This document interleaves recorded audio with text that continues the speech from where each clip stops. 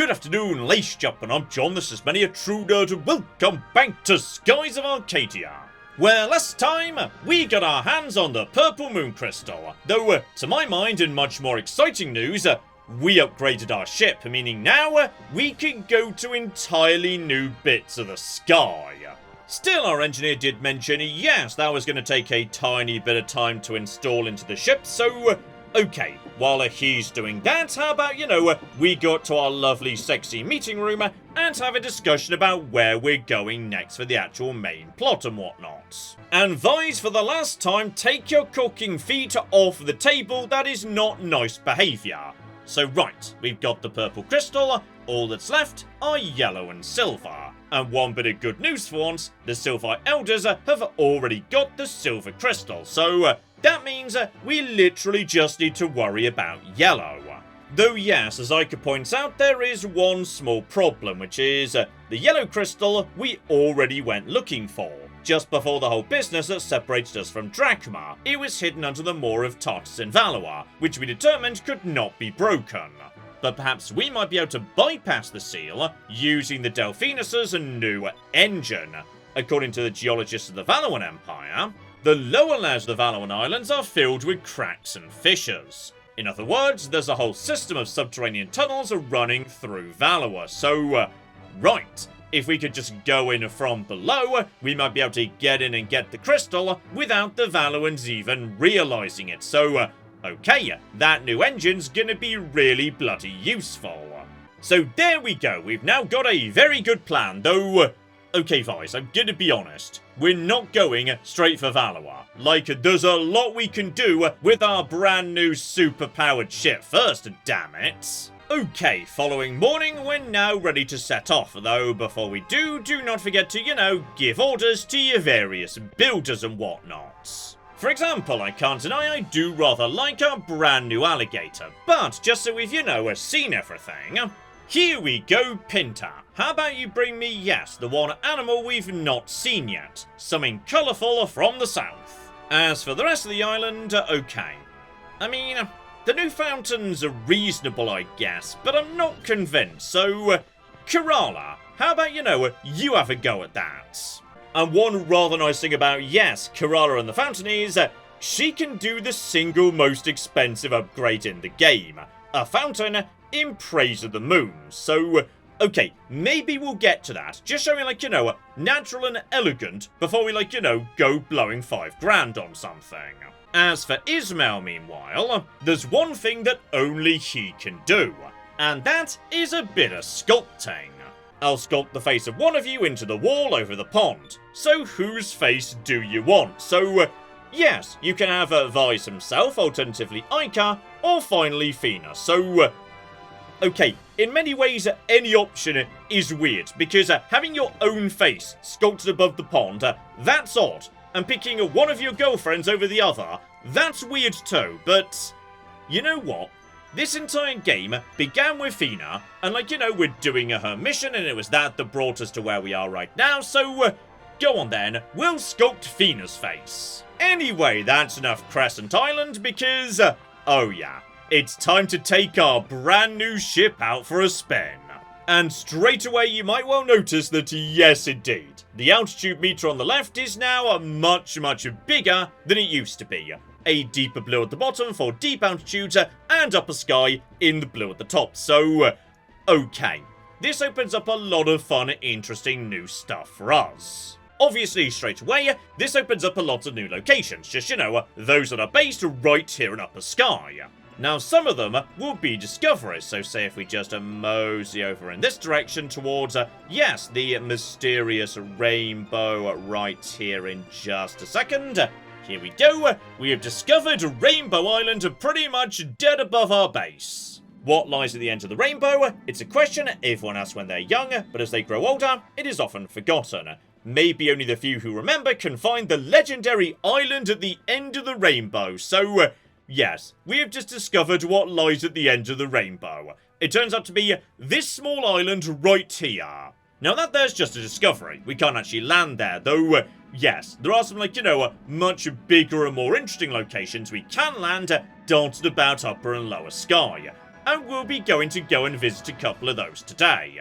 Advantage number 2, of course, is that this opens up a huge amount of shortcuts, because, yes, like, if you just look at the map here, we're in fact very close by on Crescent Island to Yafutoma. As the crow flies, it's barely round the corner from us. It just, feels like a long way away, because up to now, we've had to work around the Dark Rift. But as you may be able to tell, as we just, mosey down close but not quite back into conventional sky, now I can go up and down. I can literally fly over and under the Dark Rift, meaning right there, those are the walls of Yafutoma. I could get there in seconds, and I do mean seconds, because advantage number 3 of being in upper or lower sky, there are no random encounters, so if you want to go somewhere without being distracted by enemies, this is the way to do it. It's kind of like, this game's fast travel system. And you know what? While we're visiting Yafutoma and whatnot, and now we could go this high up, why not just pop into Tenku Island to see what's going on there these days? After all, you may recall we were told Miraji and Kangan were gonna be exiled to Tenku Island, and if you're like, nip back here, now you can make it. Oh yeah, it turns out they've been set to work by the Tenku. Daigo has commanded us to clean this shrine every day. Why does someone of my status have to clean such a filthy thing? So okay, Mirage hasn't really, learnt his lesson just yet. As for Kangan, I don't believe I've been exiled to a place like this. I'm not supposed to be treated like this. I'm the royal advisor. This is unheard of. So, okay. To date, it would appear they've not really, turned over a new leaf as yet. Though, bare minimum, I suppose, they are doing useful work for the Tenku. And speaking of Tenku Island, I'm pretty sure, yes, right next door to you, there's a mysterious island, and in general, a mysterious island is going to mean a discovery. So, the Mother Tree. This tree is revered by the Yafutomans. In one of their ancient scriptures, it is said that he who climbs to the top of the tree will someday conquer the world. The tree is now 2,000 years old, and to this day, no one has ever made it to the top. So okay, it's just a very nice tree on an island, lovely. So okay, staying at this altitude, yes, I'm now going to go pretty much due west, so we should cross back over the Dark Rift here, and yes, now be somewhere nearby to Dakot's Isle. That should be below me around about now, because, there we go, that's one of the islands nearby to Dakot at least, right there. So, yes, in this bit of space, there is a very, very important island somewhere around here, nearby to, Valor, the Lands of Ice, etc., etc. So, okay, buddy, where are you? I know you're around here somewhere. Oh, there we flippy go, deep into, yes, the darker Valoran space for a second, and one gigantic, very fancy house way up in the sky. And this here is not a flipping discovery. Instead, just like Ryukan, this is somebody's house. So, oh good sir, I think me and you need to have a nice chat right about now, though. Hang on, while we're passing by. No, not the machine voice. We're looking for, there we go, Chams. Lovely. Oh, and flip me, we have just managed to push Cupel over to his next level. Cupel, wait, because, yes, up to now, he was the frying pan, but we're currently on the comedy Cupel track, meaning he's basically now turned into a giant anvil that we could drop on enemies, which I find deeply delightful. Anyway, you, my good man, we need to have a nice chat, so, well, I never expected to get visitors way out here. My name is Ilkmis. I've come to this island to further my studies of various medicines.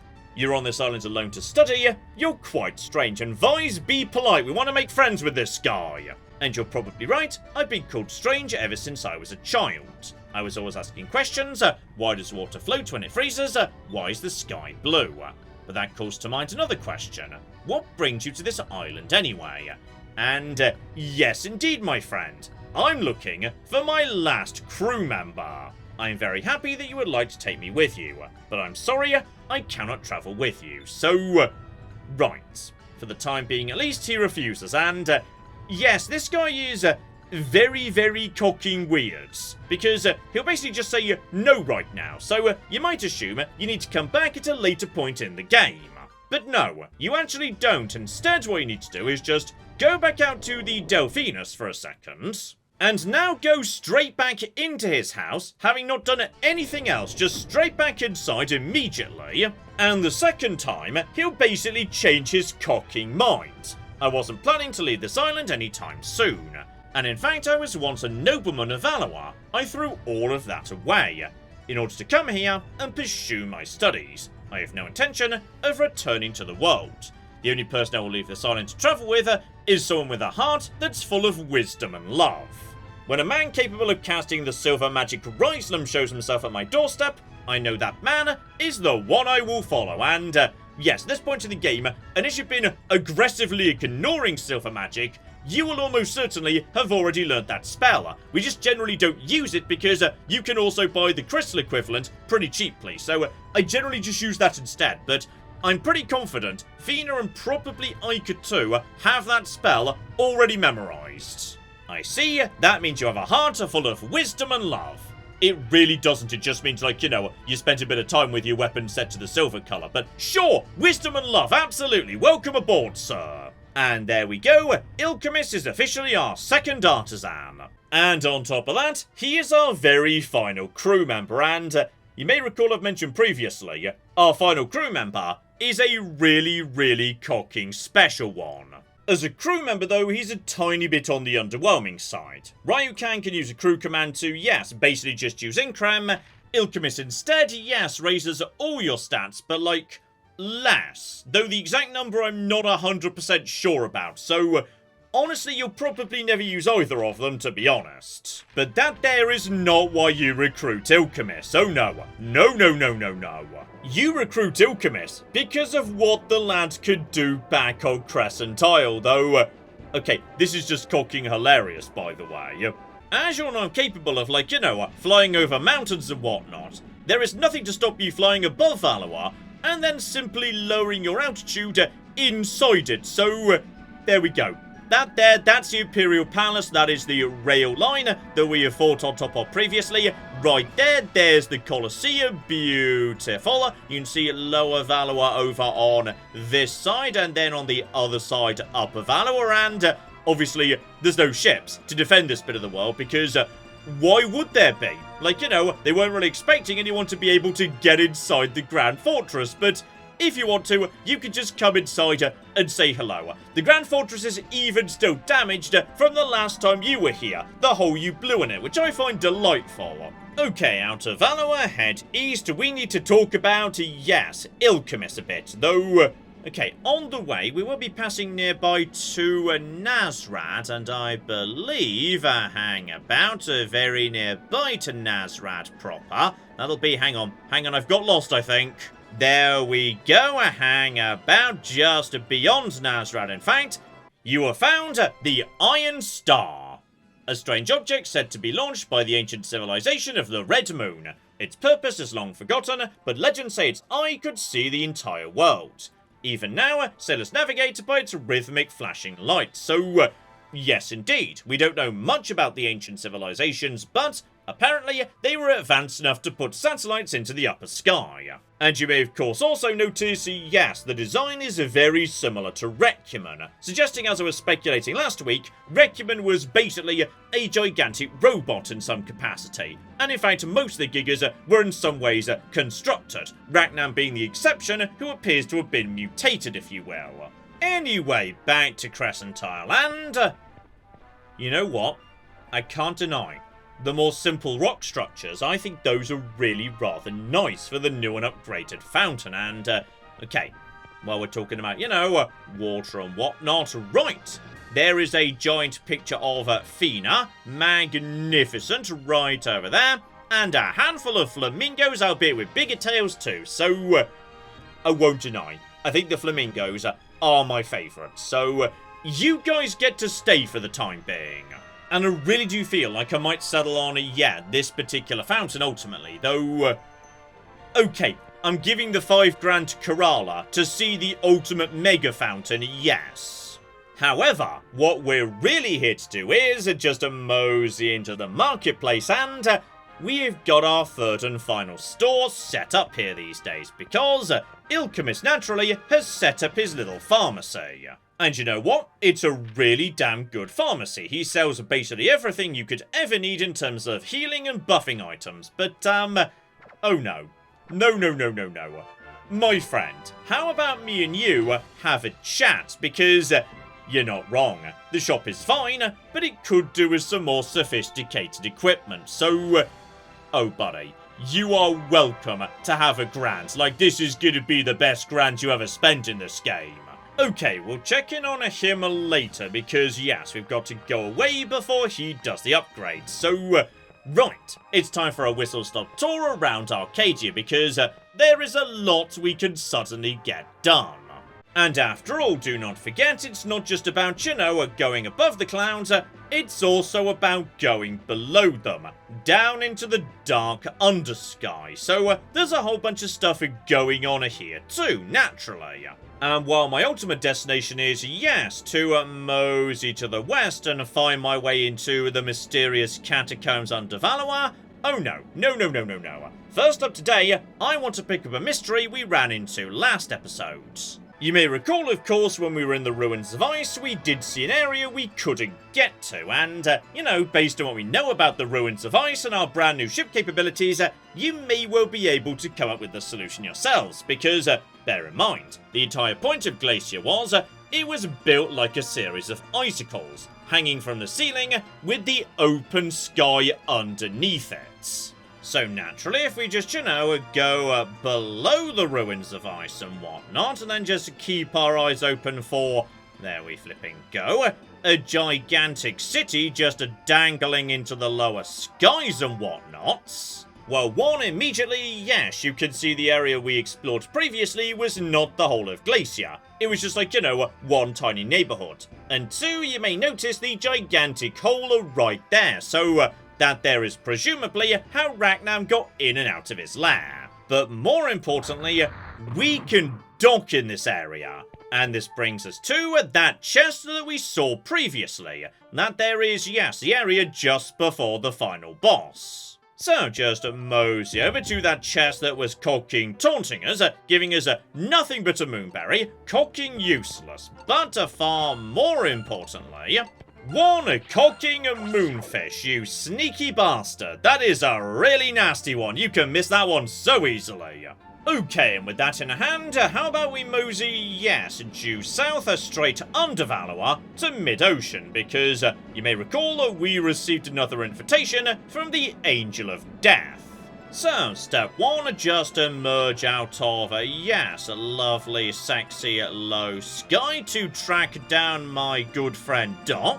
And bloody hell, Piccolo is getting big these days, and thanks to what we're doing right now, he's about to get even bigger. There we go, one lovely sacred relic, the second of the three that Pinter's looking for. Like, supposedly, given he doesn't respond to them in any way whatsoever.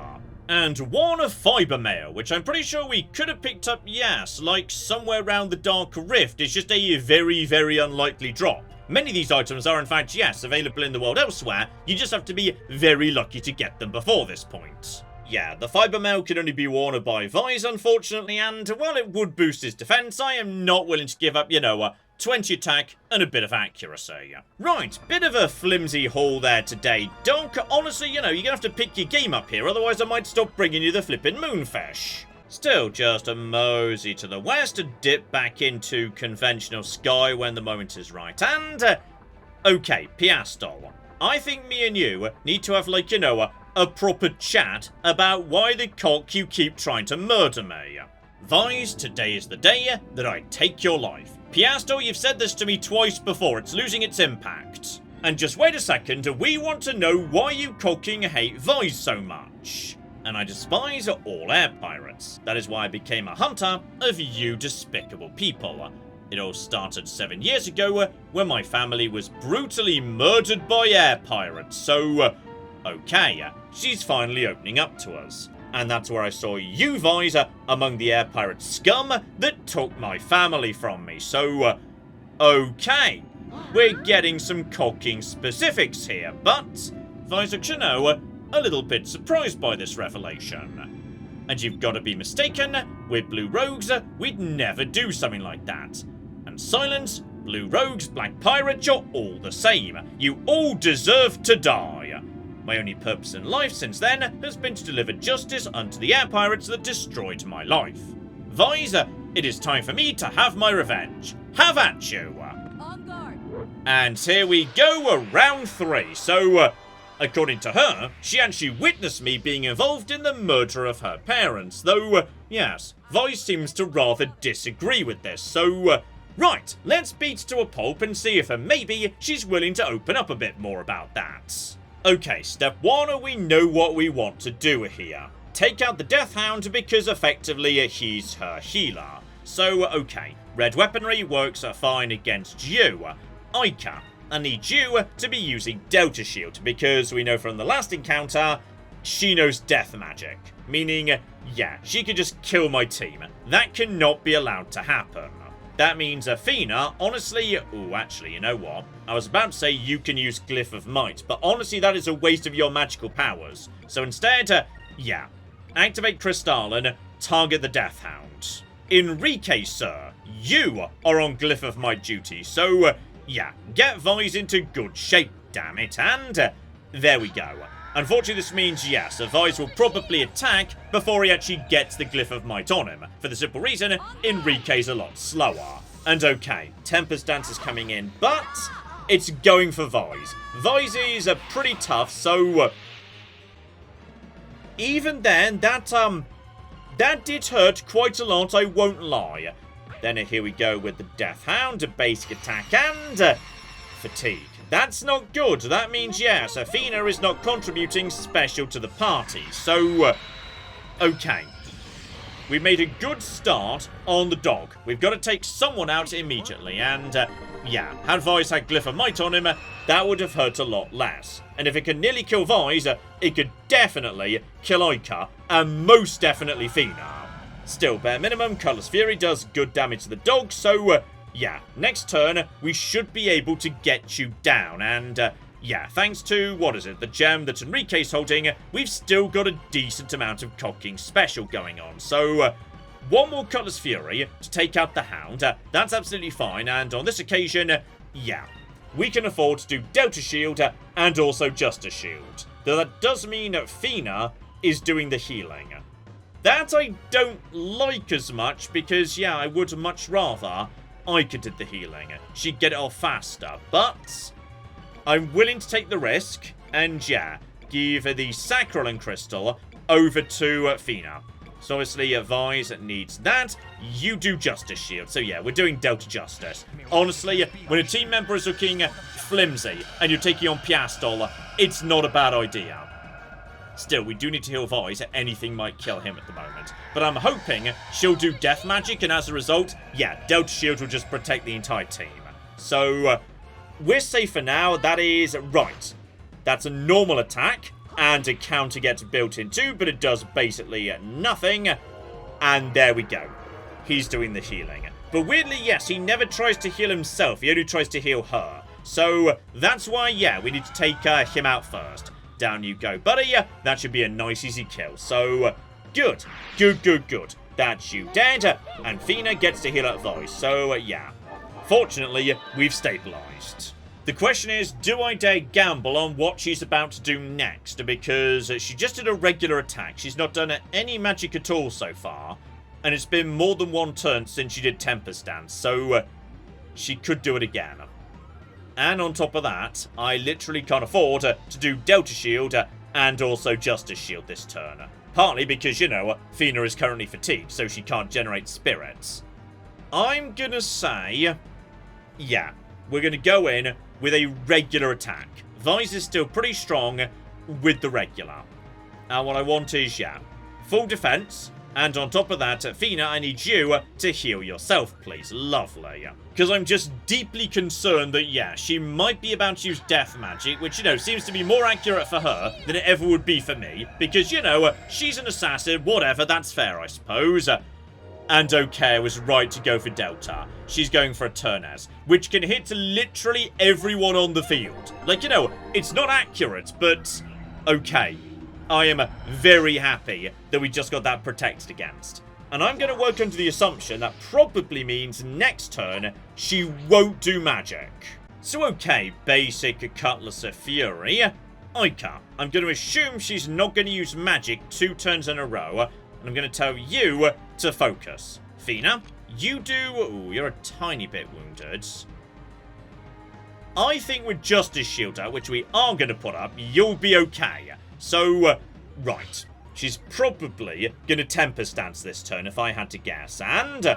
no, she's going to use her brand new attack, which hits everyone on the field. Fortunately, not that bloody hard. So, yeah, that would be more like 1,500 had we not had Justice Shield up. But, yeah, she introduces new attacks into her rotation every single time we fight. Still, I did call correctly that yes, she was not going to flipping use magic this turn.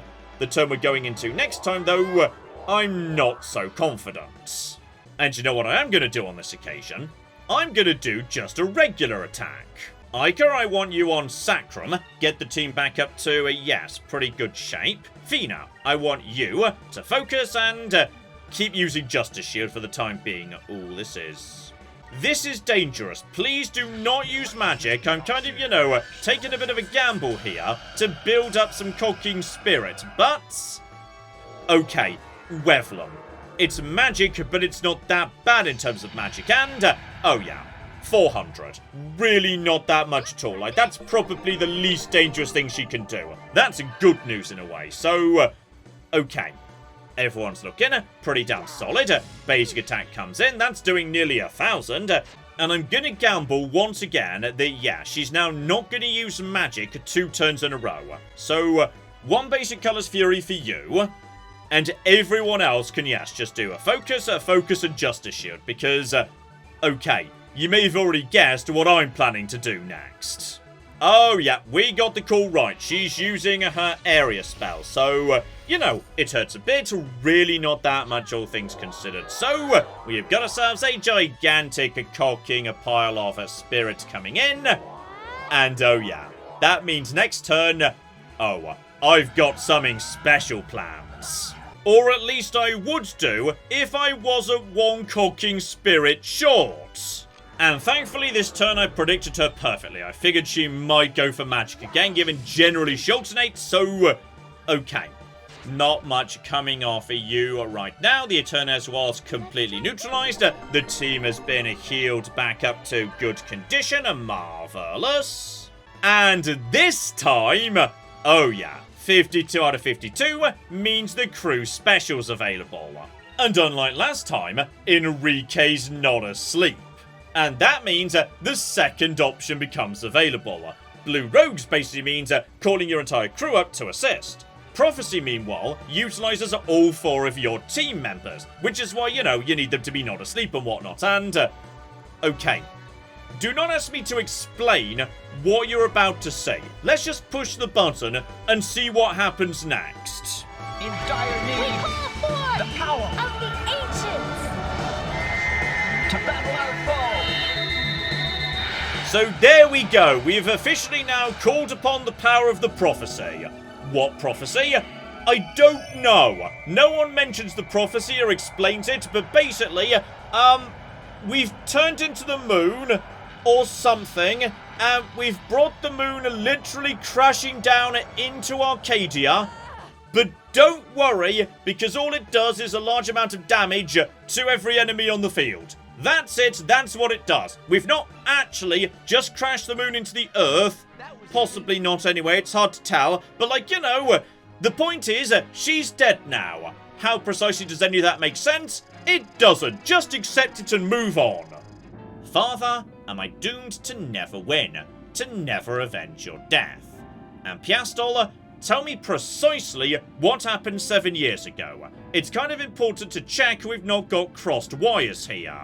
7 years ago, I was a young girl of 10 years old. My father was a soldier in the Valoan Armada. My entire family lived aboard his ship as we sailed the Valoan skies together. One night I was awakened by a loud explosion and rumbling. Father? Father! I rushed to the deck and found nothing but a sea of flames. but I could see through the flames that an air pirate ship was fast approaching. The rest of my family was on the bridge of our ship, but the flames were too strong, I couldn't get to them. My father used to always tell me that in situations like this, to save myself first. I was so worried about my father and my baby sister, but instead, I rushed to the room where we kept the lifeboats. And that's where I ran into an air pirate. A red-haired air pirate girl, and okay, once again, this is all looking a bit familiar. She's not entirely wrong here. And wait a second, that was you, so alright, Ika's remembering this as well. Yes, it was I, and for whatever reason, even though you were invading our ship, I found you unarmed. I reacted as the soldier my father had raised me to be. Without a second thought, I drew my knife and threw it with the intention to kill. But my knife missed its mark. It's because you guys jumped in the way to protect her. And my knife struck your cheek. Yes, that scar on your cheek is from the knife that I threw. And there we go. I bet you weren't expecting to get a backstory for Vi's scar, but here it is. And while you were both disorientated, I made away in a lifeboat and left you to burn on the ship that you destroyed. I later learned that the flagship Aquila did not sink, and that they found my father's corpse. The doctors say it was not the fire that killed him, but a sword wound. I also heard that my sister was alive, but I have no idea where she is now. That is when I swore that I would have vengeance on the air pirates that destroyed my life. That is when I became the hunter of air pirates. And Piastol, I hate to tell you this, but you've got a few things mixed up. We weren't the ones that attacked you. We just happened to be in the area when we saw your ship was in trouble. We boarded your ship to try and help. How dare you? You think your lies will fool me. And I remember the incident too. I remember everything that happened. When we were getting prepared, I just figured it was a rescue mission. I was careless. I didn't think I would need my weapons. And because of me and my stupidity, Vice got hurt. All because of my carelessness. Piastol, you've got to believe me. We weren't the ones who attacked your ship. I would never lie about that day, not after what happened to Vice. I wouldn't be able to forgive myself if I did.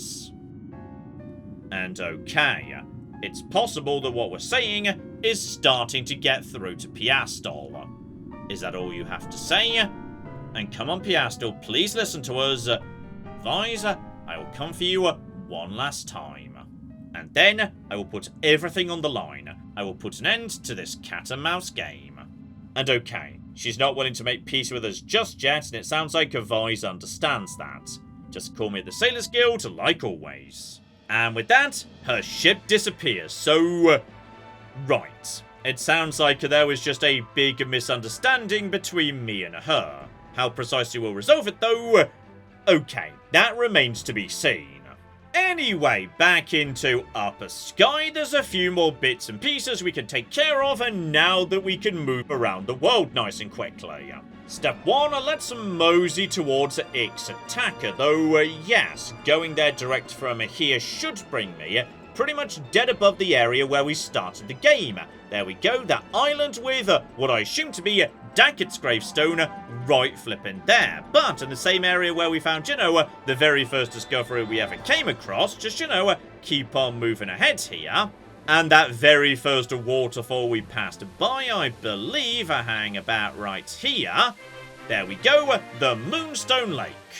A truly rare sight, a waterfall that runs through a vein of moonstone. The water plunges from above to carry away bits of moonstone, and it is said to have mystic attributes. It is believed that those who drink the water enjoy a long life, so I do just enjoy, going around collecting discoveries. They just add so much to the world, it's marvellous. Okay, that however was just, a quick pit stop. My next real destination is back at Ixataka, as you may guess, from the various green leaves, because there's actually quite a bloody lot going on in Upper Sky in Ixataka. Number 1, a handful of lovely islands just above the clouds here. Bear in mind, of course, we knew that a whole bunch of islands did go above the clouds because when we were in Rixis, we literally saw that a pyramid was built in Upper Sky.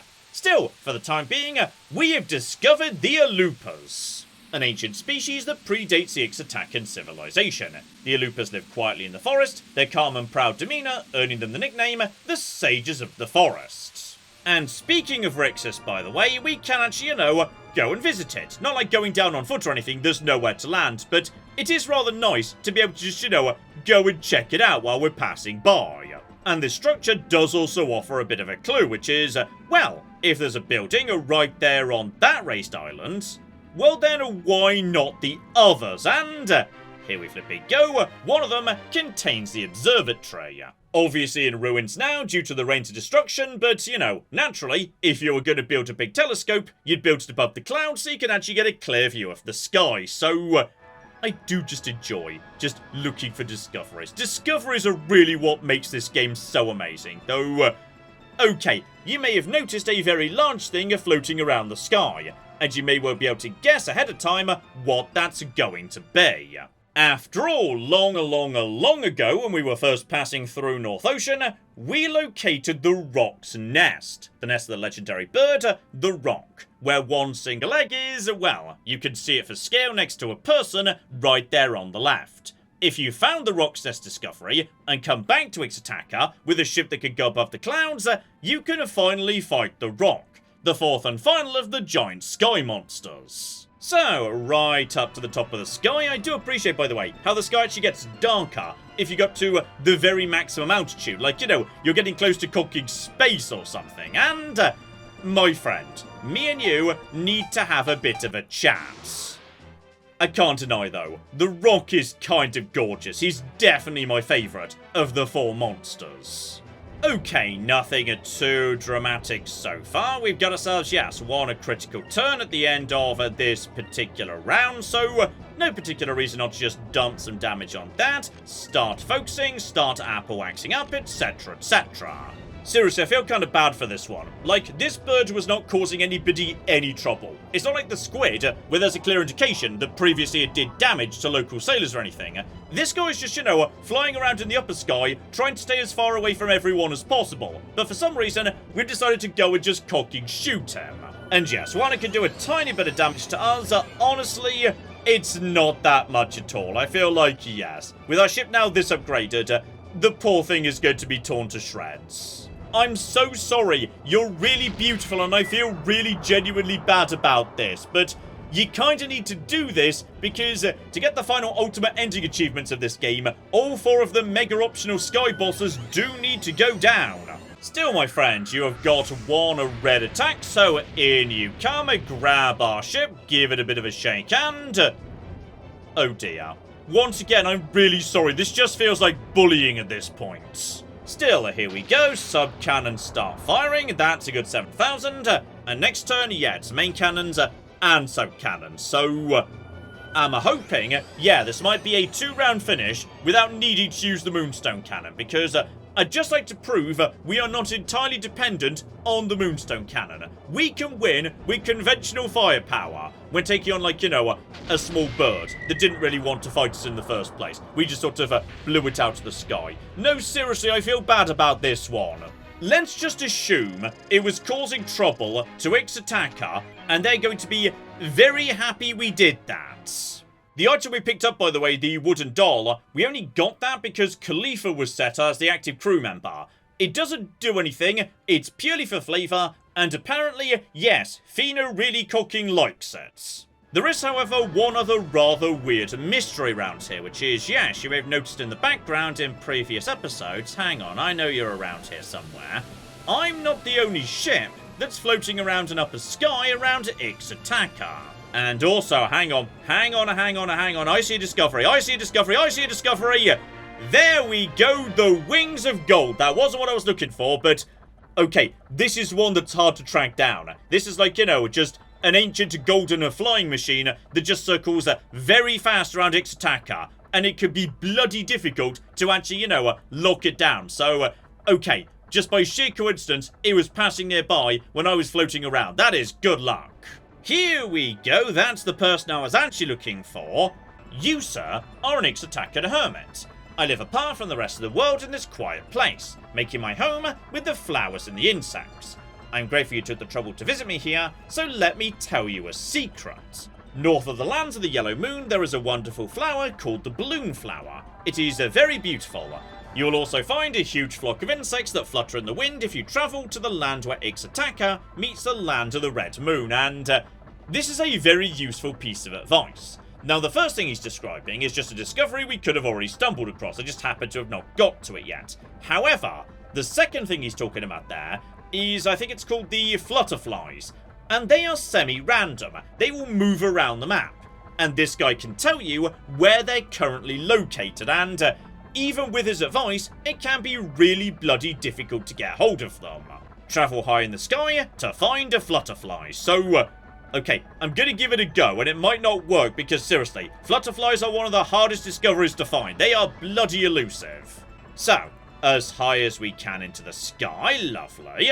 The trick being, yes, when he says lands of the Red Moon, I mean, we've established Crescent Isle is under the Red Moon, but you know, Esperanza is also under the Red Moon, so where precisely does he mean?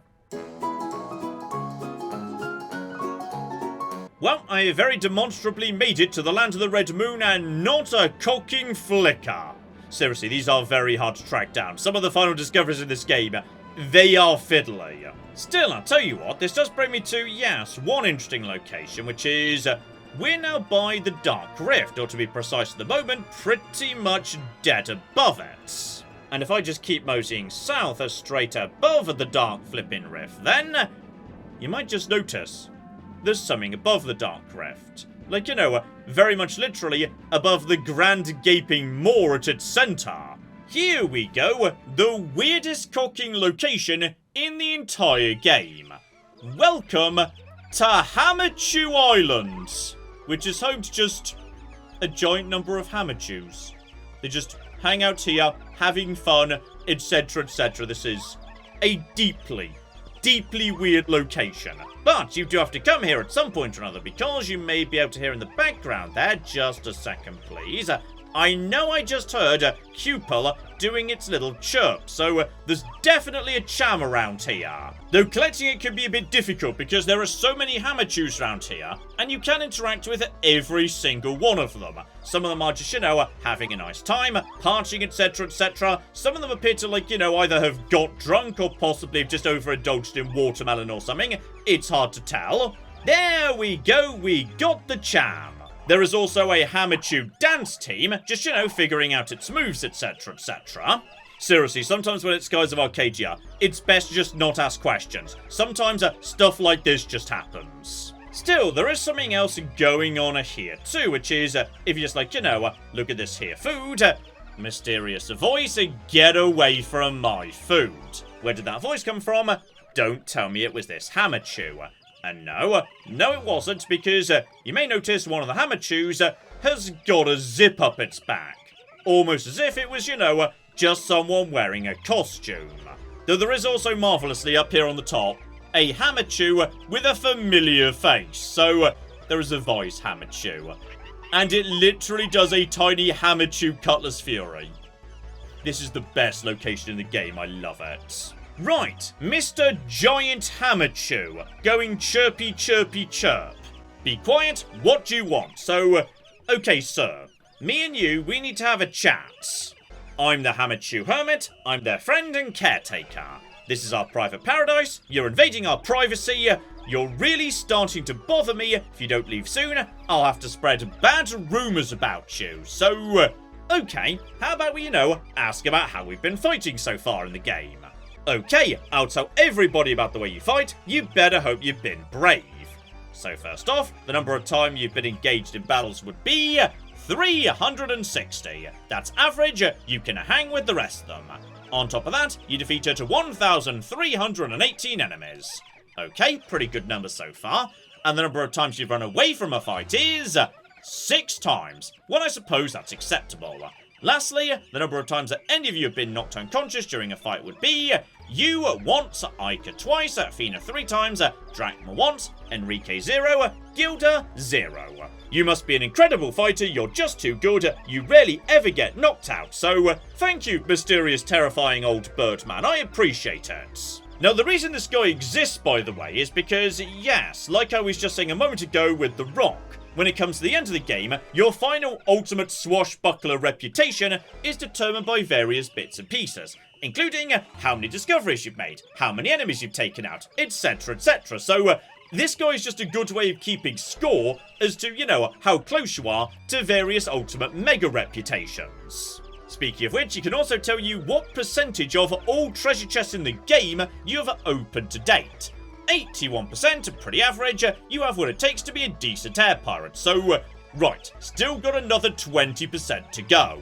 I like Hamachu Island. Hamachu Island's cocky great. And you know what? While I'm in this bit of the world, there is one more thing I want to turn my attention to today, which is, you may recall, there was a tavern keeper in Esperanza who really wanted to reconcile with her mother back in Miramba, but, her mother wasn't exactly open to the idea, so, right, we might want to, check back in at Esperanza. Now we can, very easily move between the two locations to see if there's something we can do to assist. Okay, so, we did go to Miramba. I'm gonna be honest, it didn't go well. I see, I guess you can't expect to forgive such a selfish daughter so easily. And Fina's got a really good idea. Could you somehow prove to her that you haven't stopped thinking about her all these years? And I know a way. There's one thing I can show her to prove it. Cabal skewers. When I was young, my mother would try and teach me her special Cabal skewer recipe. So alright, if you can make a Cabal skewer using her recipe, it'll show Mom that you haven't forgotten what she taught you. Would you mind waiting for a bit? I'm going to make some. So alright, we need to ferry those straight back over to Miramba, which is why, I generally save this mission until you can go above and below the sky, because yes, it makes it much faster to travel between Miramba and Esperanza. I'd never thought about it before, but yes, given, Esperanza is a Valoan colony, and that's where she ended up, and, this was a long time ago, and also in recent memory, there was a war between Nazra and Valois.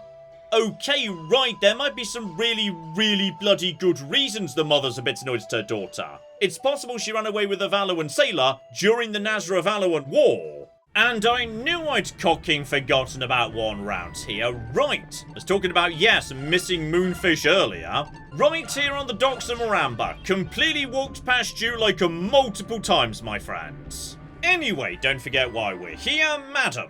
I have brought you a Cabal skewer from your daughter. You're persistent, I'll give you that. What is it this time? You wish me to taste something. But it's a Cabal skewer. And what? You're telling me my good-for-nothing girl who ran away from her home made this? You expect me to believe that? Well, at least let's see what it tastes like. And, oh dear. It would appear that, yes, possibly our tavern keeper friend is a bit on the rusty side. It's nothing like the Cabal skewer I make. The person who made this can't be my daughter. I taught her better than this, so, right. Bit of work yet to be done. It has an odd smell, the seasoning is bland, and worst of all, the meat just isn't the same quality. Okay, so she's really digging into her daughter's cooking. And it turns out the tavern keeper is not so surprised. So she noticed. There's no way I can duplicate my mother's Cabal skewers with the ingredients in this town. I remember precisely how to cook it, I just don't have the same ingredients and spices. So, right. How about we go and pick those up for you? So, we're going to be needing Gentum for the scent, Carla for the seasoning, and Cabal meat for, the Cabal. And hilariously, the game gives you no indication whatsoever where to find them. Still, she did specifically mention Spice, and we've previously discovered Spice Island, right nearby to Yafutoma. As a result, I've already got ingredient number 1. You pick this up whenever you first discover Spice Islands. And as for the other ingredients, okay, let's apply a bit more logic. We know Cabal skewers are produced across Nazra, so as a result it probably makes sense to go and visit the biggest marketplace under the Red Moon, which despite the devastation does in fact still remain Nazrad's. Here we flipping go, just go to the merchant, speak to them, and yes, though it doesn't show up in their regular inventory, they're happy to sell you the second ingredients. However, as much as you ask around, you can't get the fresh meat you need here. Tragically, yes, maybe once upon a time it was available in the marketplace, but the marketplace has been destroyed and will never be repaired. So, okay, we need to find someone else who might be, you know, a bit of an expert when it comes to food. Like, oh, I don't know, someone who runs their own gourmet restaurant, say. Gordo, my old friend, me and you need to have a chat. Here we go. Fortunately, we use Kabbalah right here in my restaurant. I'd be very glad to give you some. Always best to marinate it for a day or two before cooking. That's when it tastes best. So, I do enjoy. He doesn't just sell it to you, he also offers you cooking advice. And you know what, Gordo? You, sir, are a gent, because you just gave me that for free. He didn't even want money for this. Okay, I've got you the stuff. And this better work, because otherwise we're just going to have to conclude you're a terrible cook. And there we go. On this occasion, we've got the special mom skewer. And okay, let's see how you feel about your daughter now. I can't believe it. This tastes exactly like my Cabal skewer. Your daughter says she never once forgot about the time she spent with you, and she hasn't forgotten anything you've ever taught her. And the proof is in that Cabal skewer. She tried so hard to make it just like yours. Please, she's begging for your forgiveness. And tell her that it will taste even better if she leaves it on the fire for another 30 seconds. And, what do you mean by that? Are you forgiving her? And yes, you won me over. I didn't think I could ever forgive her, but maybe I was wrong. And maybe I was at fault too. So alright, we've made a bit of a breakthrough. And good news, Tavern Keeper, who I swear we never actually, got the name of or anything. It turns out you are both a good daughter and a good cook. Your mother said it was almost perfect. Though she did add, yes, she could probably cook it for another 30 seconds, but the taste was spot on. And really, I'm so happy. I'm sure my mother has forgiven me now. I can't thank you people enough. Please, take this. It's a token of my gratitude. And, finally, we get the reward for doing this incredibly long-winded mission. The final Iberic Cham in the game. Still, we're not quite done, because yes, if you nip back to Maramba again, the mother is suddenly missing. And then one final trip to Esperanza, and you may notice all of a sudden, they're working side by side. My mother came all this way to come and see me. She spent the night last night, and we stayed up all evening catching up on each other's lives. I owe everything to you people. I can't thank you enough. So, yes indeed. The mother is now just floating around here in Esperanza, catching up with her daughter. So, yeah, a happy ending all round. I'm happy she's doing alright. And there we go. A happy ending at long cocking last for these two completely unnamed characters. And you want to know the funniest thing of all? This reward we've got, the Iberic Cham, that promises to, evolve Cupel into his next form.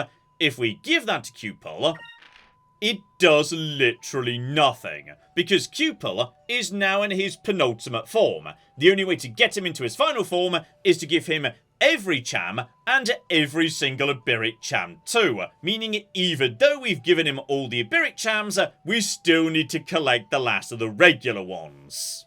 Oh, and speaking of Cupel and his brand new weight form, by the way, here we go. Cupel just turns into a giant weight that gets comically dropped on the enemy's heads, though only 500 damage given, it's still cocking Fina giving the order. Dear oh flippin' dear.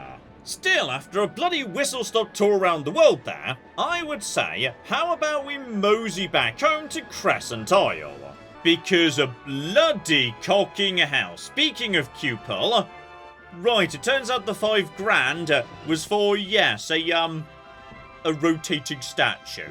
I mean, I appreciate the effort you put in here, Kerala, though, he does look like he's just vomiting. But okay, John, eyes on the prize here, eyes on the prize, because, oh yeah, oh flippin' yeah, we've got an upgraded pharmacy now, and this is probably the most important shop in the game. Because now, just as before, he's selling all these healing items, but on top of that, he's now selling cocking seeds, the items that boost your stats permanently. So, okay, permanent increase to power, or to will, or to vigor, your defenses, or to your quick, or to maximum hit points, maximum magic points too. Okay, this here is probably where you're now going to spend pretty much every penny you earn, because, aside from the occasional new weapon, or like, some upgrades to the island, there's not much more you need to buy in this game, so, okay. I would say probably the best thing we could do straight away would be, how about, 5 cocking Isol seeds for Fina, and 5 cocking Paranta seeds for Vi's. Magnificent! Instantaneously boosting a Vi's already ridiculous attack from 454 to 469, so, oh yeah. Oh flippin' yeah. Upgraded Alchemist is just a stupid. Still, I would say with a completely full up crew and a fantastic fountain in front of me, how about we call it a pod there? But next time, okay, given we spent so much time above the clouds on this occasion, how about next episode we do the opposite? Head down below and see if we can make some progress towards grabbing the yellow crystal. So hopefully you join me for that. But in the meantime, I've been John, this has been Many a True Nerd, and this has been Skies of Arcadia. Thank you very much, and goodbye. If we just hide the bodies, nobody needs to know about this. Yes! My stupid plan has worked! It turns out I'm a genius! The giant rat scorpion is not gone! Oh, hang on, there's more yet, though. I'm still being very shocked. Guys, where's the NCR? Nobody needs to know.